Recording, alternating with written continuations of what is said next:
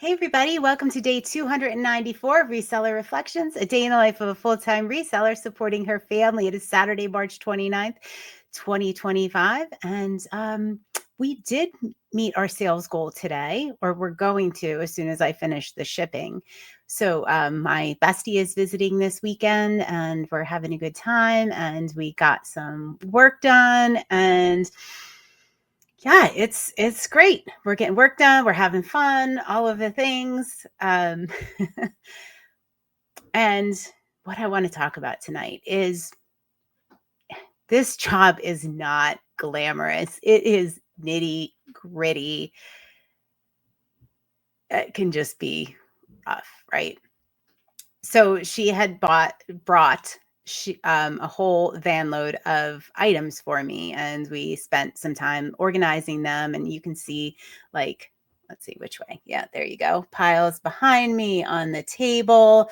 You'll see I cleared off all of those figurines, the Sebastian miniatures, which I am going to list. I think they'll be easy to list. Some of them are worth a little bit, and some of them aren't really, but I think it's going to be worth it. I don't think it's going to be like the shot glass episode of 2023, because that was an absolute unprecedented disaster, but live and learn, right?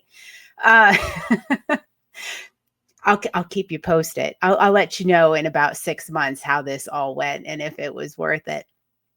But we'll see. I'm always up for a little experiment. And in this business, sometimes you just don't know, right? Like, you can do all the research, you can check out the market value, you could do all of the things.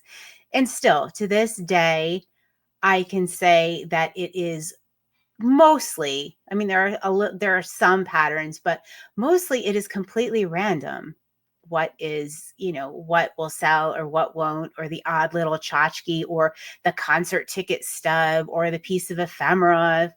It's just wild.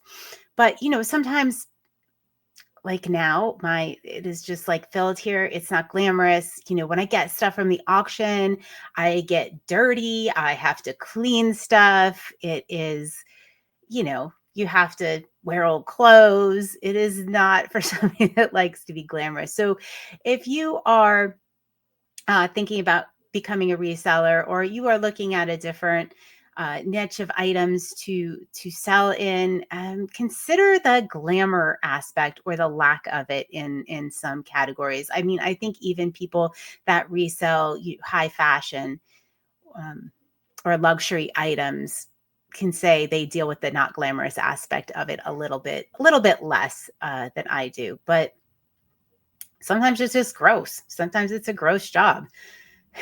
So you have to be willing to, roll up your sleeves, put the work in. But if you're considering what to sell or expanding into, like, consider that aspect of it. Like, where are you going to source? Are you going to have to clean your items? Is it like unloading trucks? Is it, that's something we never talk about. We never talk about the kind of behind the scenes gross stuff. Um, So just being real about that. It's something I haven't really talked about before, but I think it's something we need to address. You can let me know in the comments what your thoughts on it are, what your niche is, and whether it's, you feel it is glamorous. If you've got that niche, go ahead, pop it in the comments. Let me know. I don't think I'll be doing that. I like too much just the excitement and the research and the, learning the history of items, and just it's a lot of fun for me. It's stimulating to be learning. Like it was actually this week, the beginning of this week, I had the whole trunk full of clothes, Victorian clothes from the 1800s. And to learn about that and kind of research a bit of the history was really, really intriguing. And sometimes you get a little transported back in time, and just get a neat little feel for that period of time, and where the family was traveling from with that trunk, and they had little kids, and it's just really neat. So exciting. I sold a bonnet. I forget if I told you guys that or not. I sold a bonnet, I think for like $40, that was from that lot. And today I sold a dress for think 120, a little girl's dress.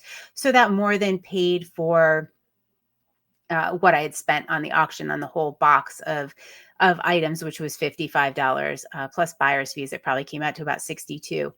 So yeah, so that's all paid for, and the rest is gravy.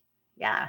All right. And that feels really good because, I do a lot of consignment, but I've been getting more and more into the auction items and sourcing to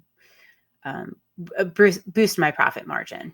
And I've just been committed to that for the past at least 12 weeks, right? It's the end of the 12-week year this week. Tonight at midnight, it is the end of the 12-week year, and we will be starting a new one. So how it works is you do 12 weeks. The 13th week is a little bit of a break where you can use it as a buffer to kind of figure out what you're doing in the next. But in the show, you do need to be signed up by April 1st. If you are thinking about doing the 12-week year with us, use the link in the show notes, sign up. You will see on the sign up form, there are the requirements. It is intensive.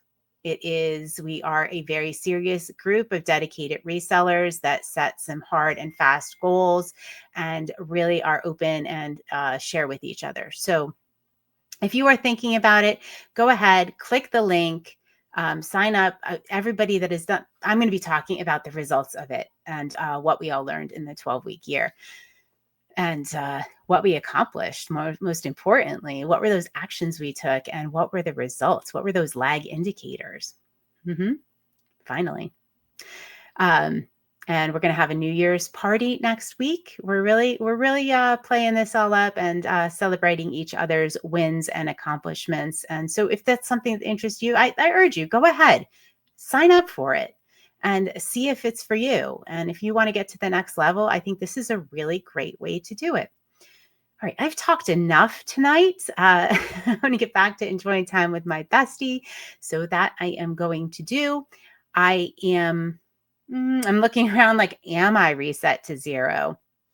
So I was showing Polly, my bestie, our intention journal that Molly had designed, our daily intention journal.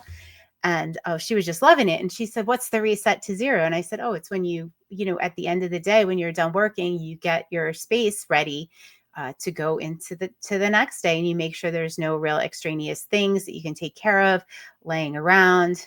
Your desk is clear or lined up with things for the morning.